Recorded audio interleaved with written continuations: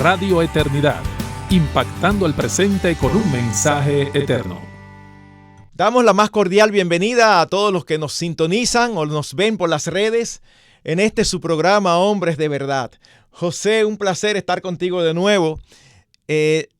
Nuestra última entrega estuvimos en un programa bastante importante, pero al mismo tiempo bastante candente, por decirlo de alguna manera, porque estábamos hablando de la importancia de enseñar nosotros como padres acerca del sexo a nuestros hijos. Eso es fundamental.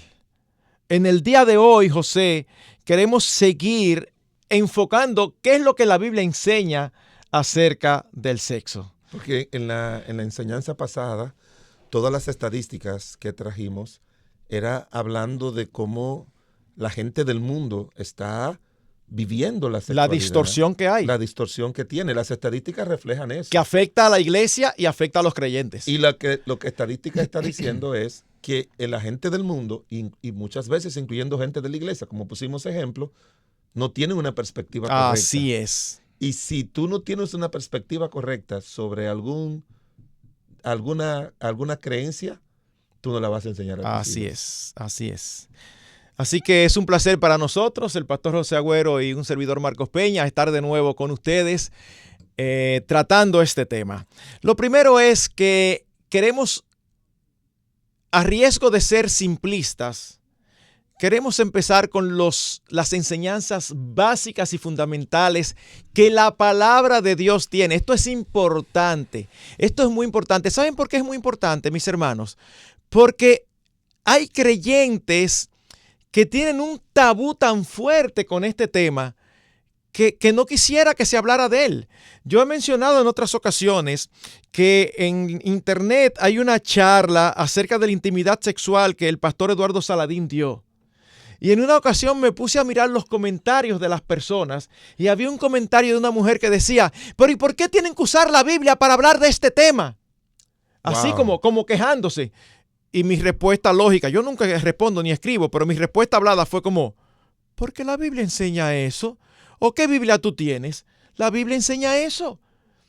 Entonces, José, déjame darte otra experiencia que yo tuve. Estando fuera del país, dando una charla acerca de la intimidad en el matrimonio, la primera noche era la introducción. Ya luego, el segundo día, habían 3 sesiones más, mucho más específicas. Solamente con la introducción, un miembro de un matrimonio, y eso que la persona no era creyente, un miembro de un matrimonio, cuando yo empecé a hablar, la parte introductoria, que son muchas de las cosas que vamos a hablar hoy, la hermana me dijo, la esposa si era creyente, que él estaba así, mira, era incómodo en la silla. Y decía, ¿y por qué este pastor está hablando de eso? ¿Pero y por qué nosotros estamos aquí? ¿Y por qué tiene que hablar así? O sea, estaba escandalizado al punto de que el otro día no fue. Ella tuvo que decirle, pero tú me permites ir a mí. No, si tú quieres ir, yo no sé por qué tú vas a eso. Date cuenta, señores, estamos hablando de algo que ocurrió hace 2 o 3 años. 2 años. Eso fue en el 2019. De verdad. Entonces, mis hermanos, sí, la Biblia enseña sobre el sexo. ¿Y qué es lo que la Biblia enseña? Vamos a empezar entonces. Lo primero es que el sexo fue creado por Dios y por lo tanto es bueno, deleitoso y santo. A veces algunos creen que el sexo fue creado por el diablo. El diablo no crea nada bueno. El diablo todo lo que puede hacer es distorsionar los dones de Dios. Así que Dios creó el sexo. Génesis 2:24 dice, por tanto, dejará el hombre a su padre y a su madre y se unirá a su mujer y serán los dos una sola carne. Y si bien es cierto que esa unidad se refleja en todas las áreas del matrimonio, no es menos cierto que la mención inicial se refiere a la intimidad. La muestra de eso es que en 1 Corintios capítulo 6 el apóstol Pablo está hablando acerca de la gravedad del pecado de la fornicación. Y uno de los argumentos que da es ¿cómo es posible que tú, siendo cristiano, seas el templo del Espíritu Santo y hagas el templo del Espíritu Santo uno con una ramera cuando tú te acuestas con ella. ¿A qué se está refiriendo? A Génesis 2:24. Así es. O sea, en la relación de intimidad sexual es como si dos se convirtieran en uno. Entonces, Dios fue que lo creó. ¿Y saben qué? Fue después de eso, no antes, al final de la creación, que Dios dice en su palabra, y vio Dios todo lo que había hecho, y he aquí que era bueno en gran manera. No solamente que era bueno, no, sino que era bueno en gran manera. Así que, mis hermanos, eso es lo primero. Dios creó las relaciones íntimas. No es casualidad que hombre y mujer se acoplan tan bien. Tú sabes que parte de esta ideología perversa y tergiversada que se nos quiere implantar es irracional. Hace muchos años yo escuché, tú sabes que muchas de las grandes empresas y corporaciones apoyan esta agenda LGBT y 17 letras más. Había un anuncio de una línea aérea. ¿Y sabes cómo a ellos se le ocurrió y no se dieron cuenta? El pecado embrutece, no se dieron cuenta de lo ilógico. Ellos decían, en la línea tal, nosotros somos inclusivos. Y entonces había 3 fotos. Había 3 fotos de cinturones de seguridad, de los que uno se pone cada vez que se monta en un avión. Había 2 fotos de 2 cinturones machos, de 2 cinturones hembras y de cómo son en realidad. Y entonces yo veía el anuncio y decía, ustedes son inclusivos, pero el que se monta, ¿cuál es que se va a poner de los 3? El único que encaja. El único que encaja. Los otros 2 nadie se... Está muy bien como teoría, pero yo no quiero uno así a la hora que yo me monte en un avión. Y Marcos, no se puede ser muy gráfico, pero eso exactamente como se une los cinturones es exactamente como se unen el varón con la hembra. Exactamente. Eso es lo que estamos diciendo. Es que son complementarios. Es que la naturaleza te enseña que Dios en su diseño nos creó de tal manera que cuadráramos perfectamente. Exacto. Así que eso es lo primero. No se asuste de hablar de sexualidad. Dios creó la sexualidad. Ahora, lo segundo es que Dios no solamente creó el sexo, sino también que Él determinó, como el soberano que es y tiene derecho a decir cómo las cosas son, el contexto en el que esta sexualidad debía ser practicada. Y es en el contexto del matrimonio. Este es el problema serio cuando los jovencitos tienen relaciones sexuales con personas que no son sus esposos o sus esposas, porque Dios no lo diseñó para que fuese usado así. Ese mismo texto en Génesis 2:24, antes de decir que serán una sola carne, ¿qué dice? Se unirá a su mujer. No es cualquier mujer, no es la suya. Y esta mujer, ¿a quién se unirá? A su hombre. No es a cualquier hombre. Es en el contexto del matrimonio, ni a otra mujer. O sea, es importantísimo. El matrimonio es entre un hombre y una mujer. De hecho, hace unos años no hubiéramos tenido que hacer este énfasis que estamos haciendo ahora. No, claro que no. Porque sería una locura, pero ahora hay que hacer ese énfasis. El matrimonio está compuesto por un hombre y una mujer. Así que, miren el contraste. Dios creó el sexo, las relaciones sexuales. Son buenas, santas y deleitosas. Pero fuera del matrimonio, estas mismas relaciones son feas, pecaminosas y destructivas, porque están fuera del contexto que Dios diseñó. Seguro que te debe haber pasado, José, que te has topado con algún hermano que malinterpreta Hebreos 13:4. Allí dice, honroso sea en todos el matrimonio y el lecho sin mancilla, pero a los fornicarios y a los adúlteros los juzgará Dios. Hay hermanos, y nosotros los cristianos hacemos eso en todas las áreas, lo que nosotros llamamos una eisegesis. Una exégesis es sacar del texto lo que el texto dice. Una eisegesis es introducir al texto lo que nosotros queremos que diga. Entonces, en todas las áreas nosotros hacemos eso. Tenemos ciertas ideas preconcebidas y venimos a la Biblia y entonces interpretamos todos los versículos que encontramos a la luz de lo que ya nosotros creemos. Bueno, con esto ocurre lo mismo. Hay personas que tienen tabúes otra vez. Hay personas que tienen ideas preconcebidas acerca de las relaciones sexuales y quieren poner muchísimos límites y muchísimas restricciones que la Biblia no pone. La Biblia simplemente dice que el esposo, que el cuerpo del esposo le corresponde a la esposa y el cuerpo de la esposa le corresponde al esposo. Así que ellos toman este texto y dice, honroso sea en todo el matrimonio el lecho sin mancilla, y en su cabeza lo que deshonra y mancilla el lecho matrimonial son ciertas prácticas. Ahí no está hablando de prácticas. El texto dice claramente qué es lo que mancilla el lecho matrimonial. Marcos, y La fornicación y el adulterio. Exacto. Y hay otro aspecto también que he estado pensando mientras tú haces tu buena exposición. Y es que hoy en día yo encuentro 3 grupos de padres, o varios grupos de padres. Vamos a comenzar con el primero, de que entienden todo lo que tú estás explicando y lo que dice la Biblia, lo valoran, lo practican y lo enseñan a sus hijos como tal. Ese es el buen grupo. Hay otros que conocen lo que dice la Biblia, no se le enseñan a sus hijos porque ellos tuvieron experiencias traumáticas cuando eran niños o cuando eran adolescentes y no quieren hablar de sexo. Ay, sí. Lo hacen porque están obligados a hacerlo. Se casaron y querían casarse, querían tener sus hijos, lo hicieron así. Entonces no hablan de eso con sus hijos. Y usted tiene que aprender, como yo le he dicho siempre, y quizás usted lo va a oír siempre en este programa y donde quiera que voy, usted tiene que vivir a la luz de uno de los 2 pasados. O vive la luz de su pasado antes de Cristo, en el cual usted va a ser un cristiano infeliz. Uh-huh.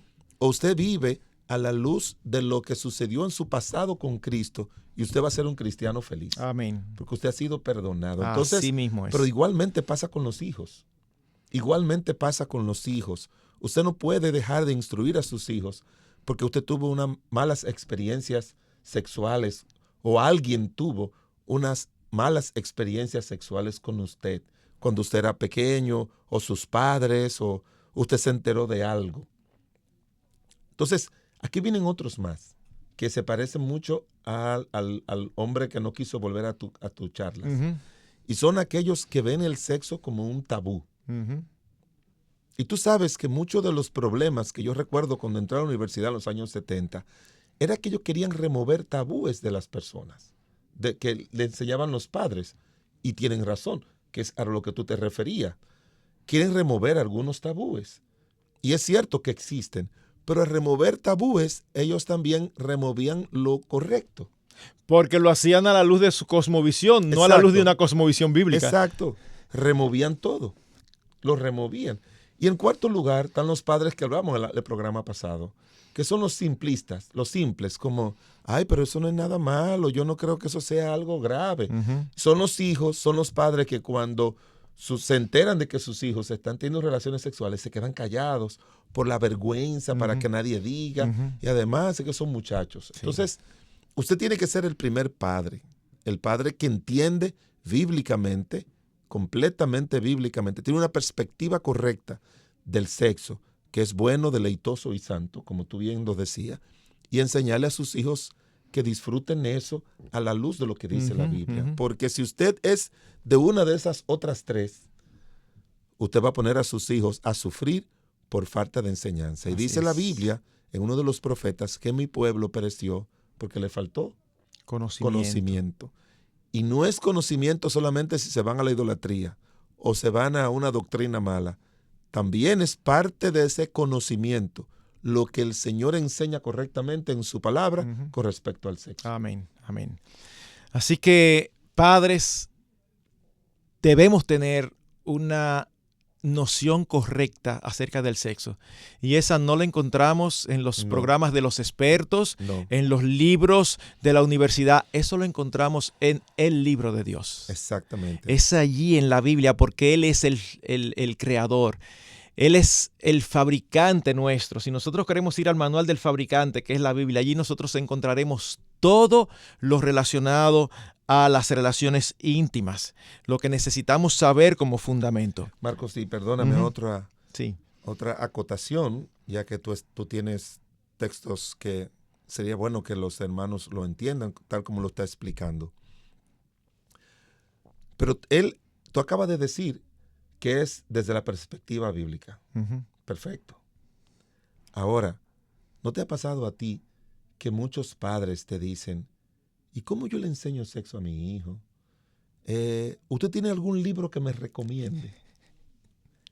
Bueno, todos esos libros, cuando yo voy a la librería, uno mira muchas cosas antes, no es un título llamativo, pero a mí me gusta en ciertos temas, en muchos temas, mirar en qué año fue escrito, porque eso te dice la realidad dentro de la cual, en este asunto sexual o de crianza, en la realidad donde esa persona vivía, y yo sé que la realidad lamentablemente influye en personas que son influyentes, que son fáciles de influir negativamente.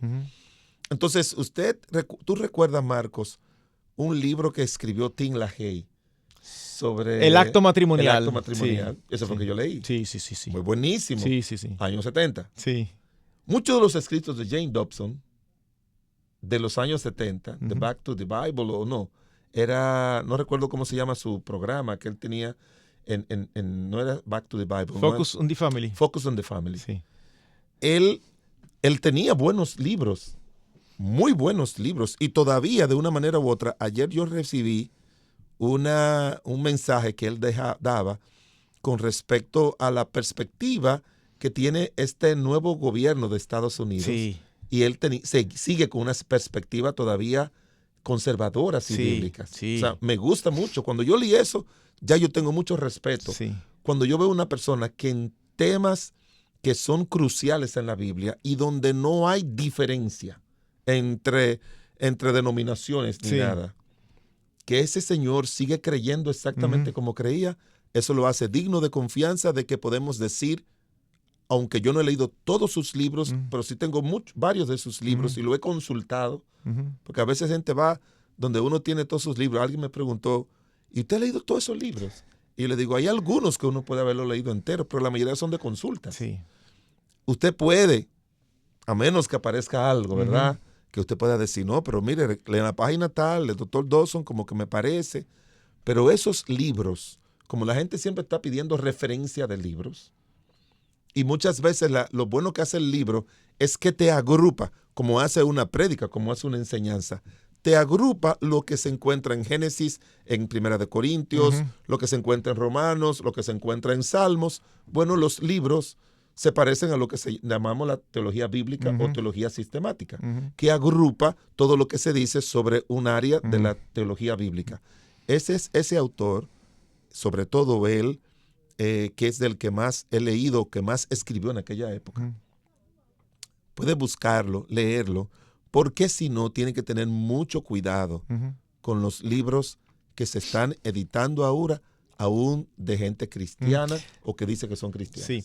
Aún él, José, que yo lo uso mucho y lo cito mucho porque de verdad es fantástico. Hay algo en lo que yo difiero. Y me parece que le sale el aspecto psicológico. Él dice que es incorrecto que los padres le digan a los hijos que la masturbación no es correcta. Él dice que eso es normal y todo eso. Y yo digo, una gente tan sabia como esta, porque normalmente cuando se habla de la masturbación se dan dos argumentos. El primer argumento que se da es el de la autosatisfacción y que Dios creó el sexo para ser compartido con su cónyuge. Yo lo puedo entender, pero no lo compro tanto. O sea, no sé, como que no es algo que para mí es tan convincente. Pero el segundo argumento, yo no sé qué hace Dobson con eso. Porque él dice en un libro acerca de cómo criar varones, él dice, yo sé que la mayoría de los creyentes que muchos creyentes buenos y serios no están de acuerdo con esto que yo voy a decir. Sí, pero él no refuta para mí el principal argumento. El principal argumento para mí contra la masturbación es que nadie se masturba con la mente en blanco. Entonces, como lo hace pensando en alguien o viendo algo, entonces ahí está quebrantando el mandamiento del Señor. El que mira a una mujer para codiciarla, ya adulteró con ella en el corazón. Yo no veo forma de explicar eso, José, no veo forma. Entonces es importante para que sepan que, aunque lo mencionamos y es muy bueno, hay que tener cuidado con ese aspecto particular. Después en todo lo otro, nosotros lo aprobamos y lo apoyamos. Buena aclaración. Quédese con nosotros, el tiempo se nos está yendo muy rápido, pero necesitamos hacer una pausa. Pronto estaremos con ustedes de nuevo. Porque ningún donativo es demasiado pequeño para el dador de toda buena dádiva, agradecemos de todo corazón tu ofrenda de amor, la cual hace posible que programas como este continúen en el aire. Gracias por tu imprescindible y fiel apoyo financiero, el cual cambia vidas por la eternidad con programas como este.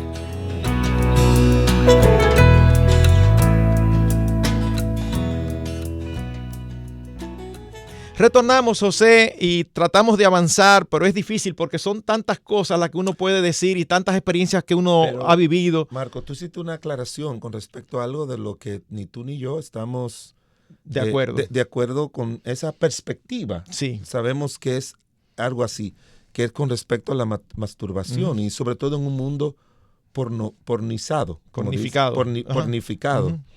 dice Tim Challies. Que es difícil que eso no suceda. Déjeme decirle algo.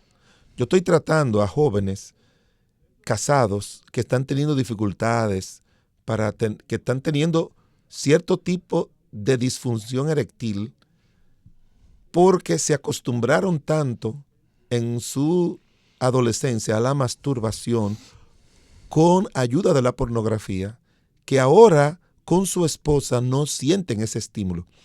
Por eso fue que yo te dije que la mente condiciona mucho. Entonces, no se puede ver eso como algo que sucede de forma natural, que a veces el muchacho no puede evitar. Yo lo entiendo eso. Yo puedo entender un poquito, ¿verdad? Que en algún momento el adolescente, sus hormonas estaban a millón y ya no sabía cómo manejarlo.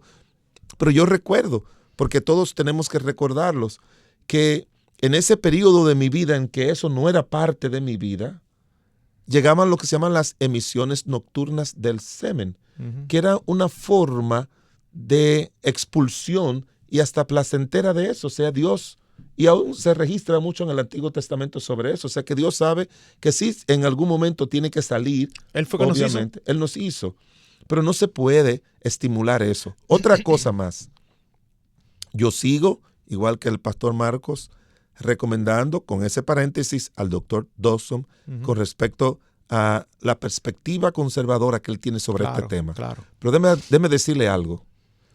Eso es algo que tú has leído y puede ser que otros puedan decir, yo también leí algo.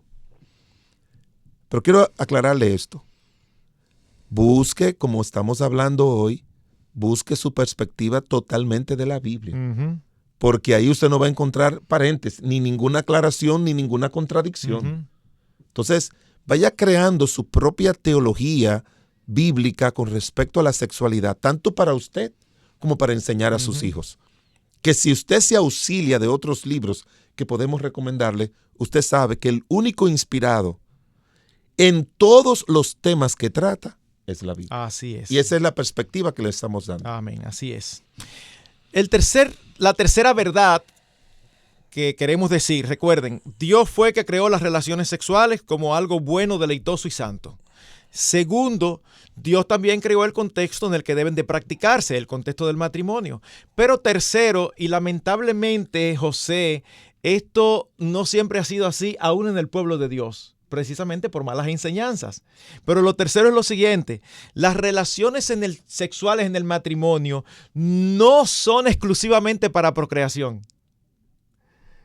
Porque en el pasado ha habido épocas donde los creyentes, sobre todo en la época victoriana, ha habido épocas donde los creyentes entendían que, bueno, hay que hacerlo para tener los hijos, pero era como si fuera solamente para procreación. No, mis hermanos, no.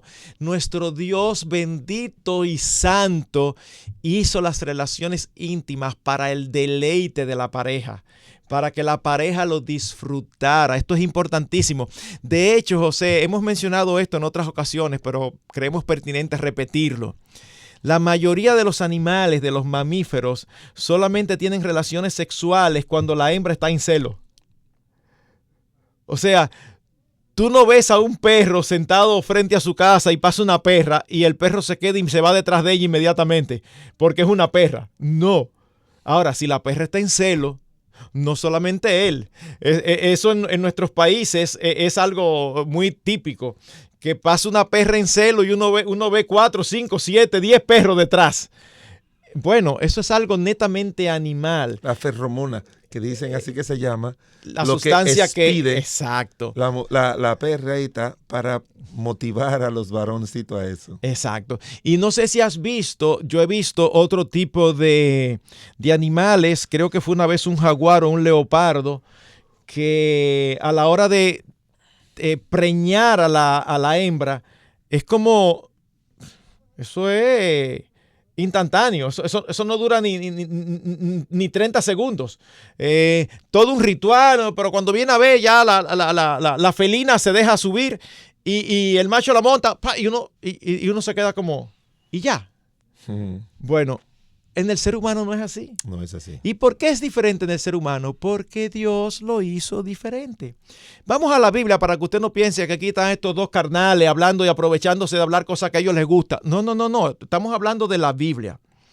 Miren lo que dice Proverbios capítulo 5. Recordemos que en este libro generalmente es un padre instruyendo a su hijo.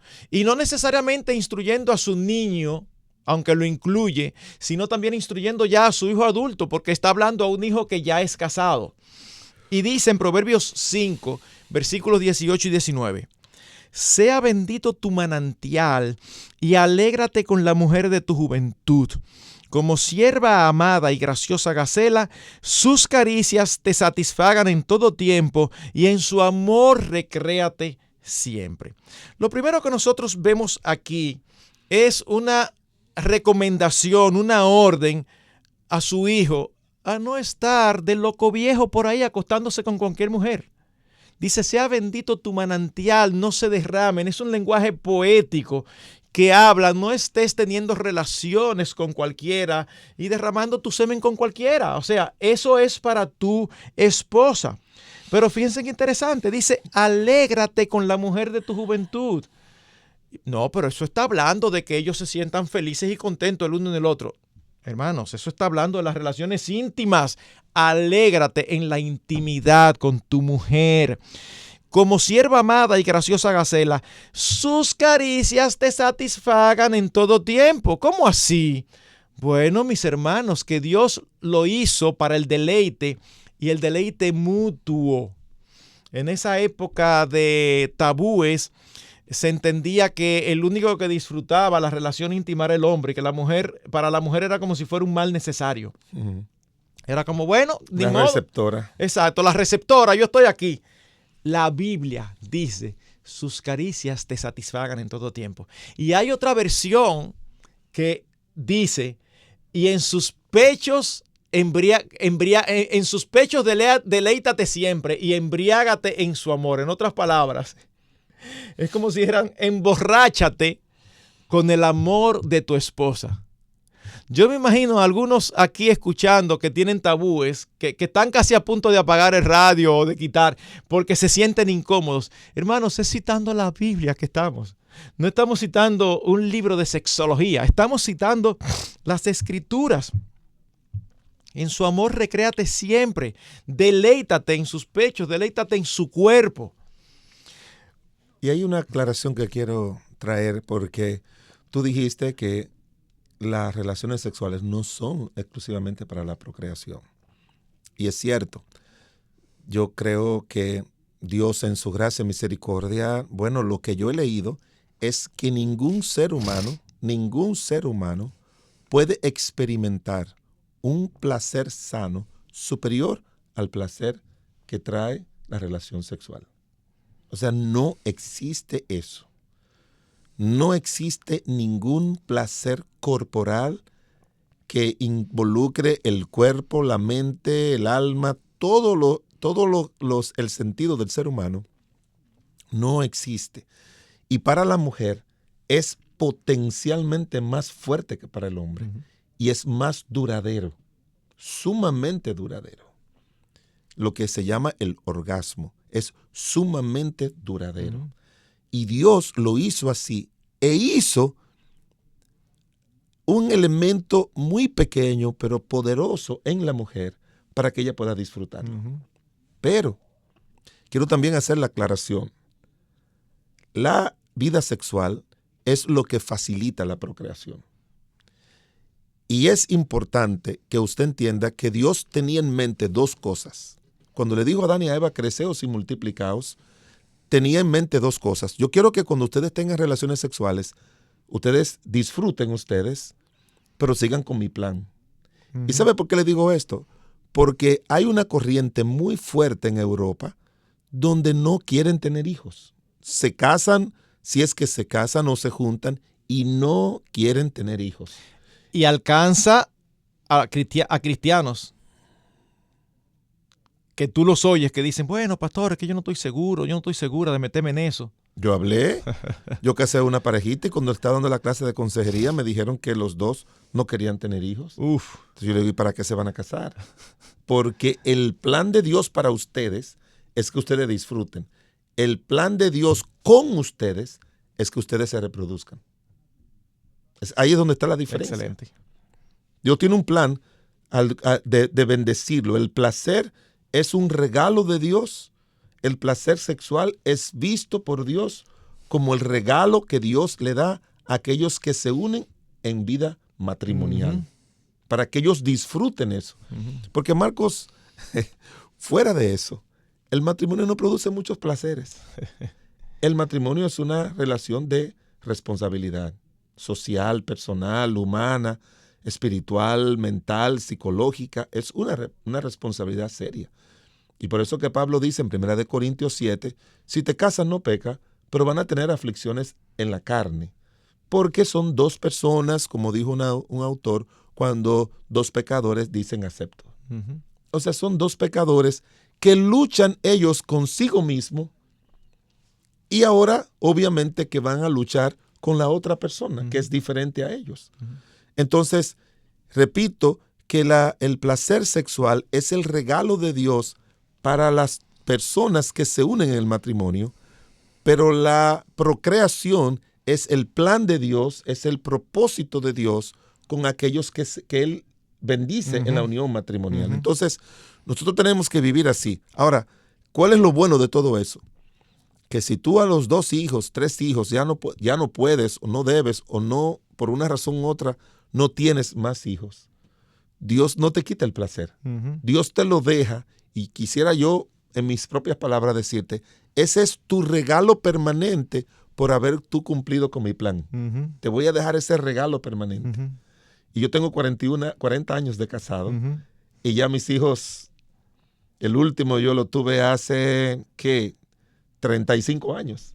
Así que Dios ha dejado ese regalo permanente, uh-huh, que es las caricias, la intimidad sexual, la cercanía, el afecto. Bueno, todo lo que envuelve el placer de tener a alguien que te sigue dando placer en todo el sentido, uh-huh, de la palabra, sobre todo en el contacto físico, uh-huh, dentro y fuera de la cama, porque sí, puede estar sentado en un mueble, sí, pueden estar agarrados de la mano, sí, pueden ir abrazados, uh-huh, en donde quiera que caminen, uh-huh, pero ese placer de la cercanía, de intimidad que tiene un hombre con una mujer casada, no lo puede tener con ningún tipo de otra relación, con toda la belleza, uh-huh, la tranquilidad y la paz que tú lo tienes con tu esposo o con tu esposa. Porque cuando lo hace fuera, ya tú sabes que es algo rápido, vámonos, vergonzoso Sí. y todo lo demás. Sí.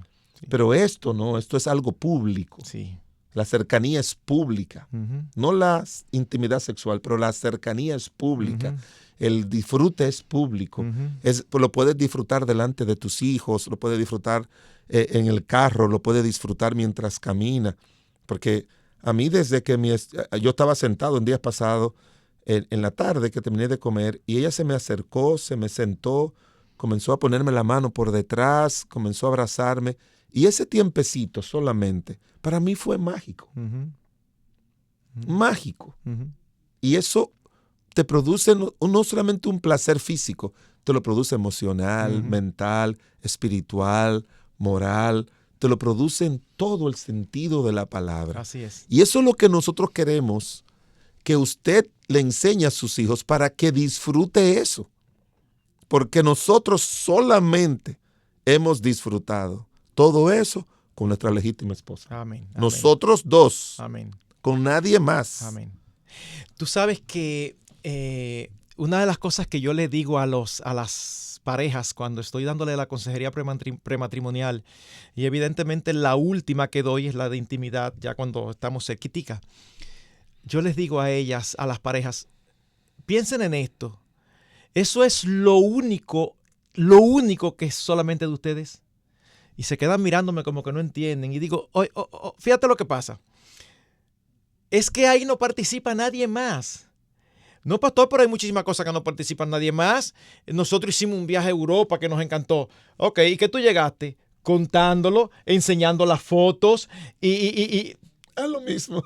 Tú no llegas contando lo bueno que fue la relación que ustedes tuvieron. Porque es que eso nada más le pertenece a ustedes, es lo único. Hay cosas que son círculos de intimidad, hay cosas que tú solamente las compartes con tus amigos cercanos, hay otras que tú solamente las compartes con tus hijos, hay otras que tú solamente las compartes con tu esposa, y la que tú compartes solamente con tu esposa es la intimidad. Tú no andas por ahí. Y que no debe haber ni fotos. No. Como hacen muchos que hacen estos famosos videos, que hacen estos artistas, y después están apurados. No. Eso es una locura. Eso es una locura. Que se viven grabando en la intimidad y siempre se andan colando supuestamente al público. Pero es una locura. En primer lugar, a ti nunca te va a pasar eso, ni a mí tampoco. O sea, ni a ti ni a mí nos va a pasar nunca que se filtre un video nuestro en intimidad con nuestras esposas. Nunca. Porque para que eso pase, lo primero que tiene que suceder es que grabemos. Claro. Entonces eso no se graba porque eso solamente le pertenece a mi esposa y a mí.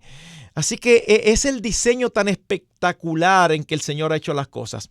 Para aquellos que tienen cierto tabú, yo no sé si saben ustedes que en la Biblia hay un libro erótico. Pastor, pero por favor, usted está exagerando. No, el libro de Cantar de los Cantares. No, pastor, ese libro, el tema principal es manifestar el amor de Cristo y su iglesia. Bueno, de verdad, cada vez que yo oigo a alguien diciendo eso, yo digo, este tiene tabú con la intimidad. Porque es como que quieren darle un énfasis espiritual. O lo leyó en un libro de teología de dos siglos atrás. Exacto, de 2 siglos atrás. No, porque mis hermanos. Así pensaban los teólogos de 2 siglos atrás. Así mismo es. Ustedes saben de tiene nada que ver con ustedes saben de qué trata el libro de Cantar de los Cantares. Del amor del esposo y la esposa. Y le voy a decir más. Nosotros lo leemos y no somos tan conscientes de lo descriptivo, de lo eróticamente descriptivo que es.